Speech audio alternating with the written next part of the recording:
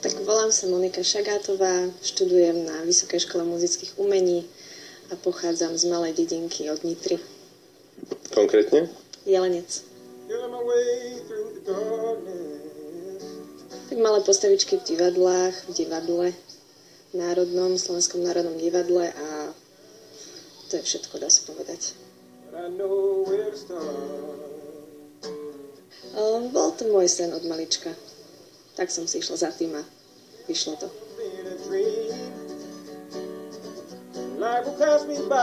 Nepamätám si, ale keďže od malička spievam a tancujem, tak som sa dala na túto dráhu. Budem hrať postavu Hany, kaskadérky, ktorá sa rozumie koňom, lieči ich a venuje sa, tak povediať, s koňom a stále má prácu okolo nich.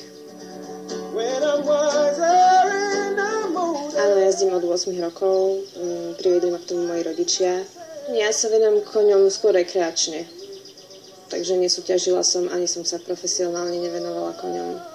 Skôr tak na vychádzky chodila, keď som mala čas a vôbec. Ja som rada, že som s koňmi a že sa im venujem. Je to pre mňa taký relax. Zatiaľ to beží veľmi dobre. Kolegovia, ak to tak môžem povedať, sú super.